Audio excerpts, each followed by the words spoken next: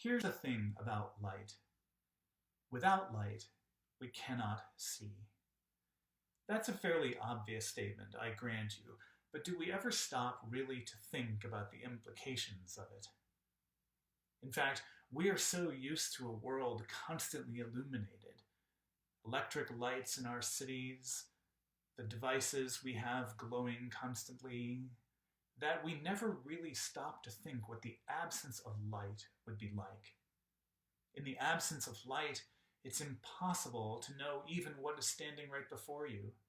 In fact, even the dull light emitting from the computer I'm using to record this is not enough to illuminate me, not enough to tell you that there's a human being standing not a foot and a half away from the camera lens. Without light, we cannot see. But it's just that when light is absent, it's not just that when light is absent that we can't see.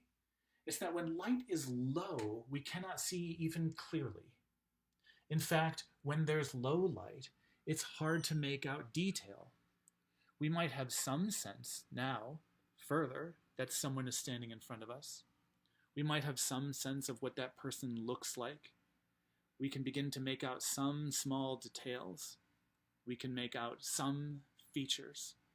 But a lot is still missing from us.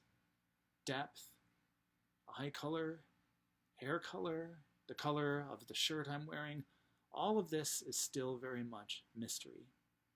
And we can't get the information that we need. It's only as the light begins to increase, only as the light helps the world come into focus, that we begin to see more clearly. Colors that were not there begin to leap out. Details that had previously eluded us now become clear. Suddenly now, you can get the sense that I'm wearing some shade of green. It's not perfect. It's still fuzzy. There's still a lot of detail that's washed out. But as more light comes in, more clearly do we see the world. When all the light available is on, we can see most clearly. We can see with greater clarity the details of the world around us. We can see greater depth. We can make out features more clearly.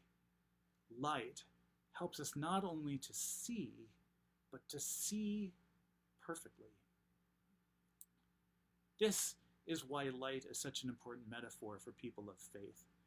Because what we talk about when we talk about the coming of the light is not simply the light at creation that God spawned, or the light that will shine on the last day when the New Jerusalem comes down. We're talking about the ability to see correctly, to see completely.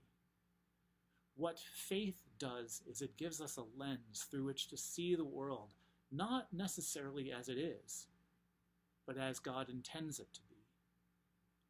See, the world admits of many different interpretations. You can look at the world and see it as a broken and hurting place, and a place of brutish living, of violence, of fear, a world in which the only way to survive is to get what's yours at the exclusion of all else and everyone else.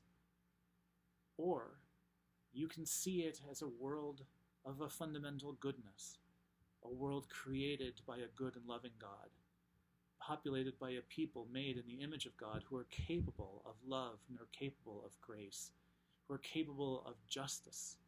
And we can see the world as God intends it to be. That is the power of the light that comes at Christmas time. That is the power of the light that we celebrate. It's a light that brings vision, a clarity of vision in which we can see the God-loved nature of the world. We can see the world as God intends it to be and begin to live our lives in accordance with that vision. We celebrate the light in Advent and throughout our Christian faith, because it is in that light that we understand what we are called to. It is in that light that our faith is formed, and it is in that light that we seek to walk.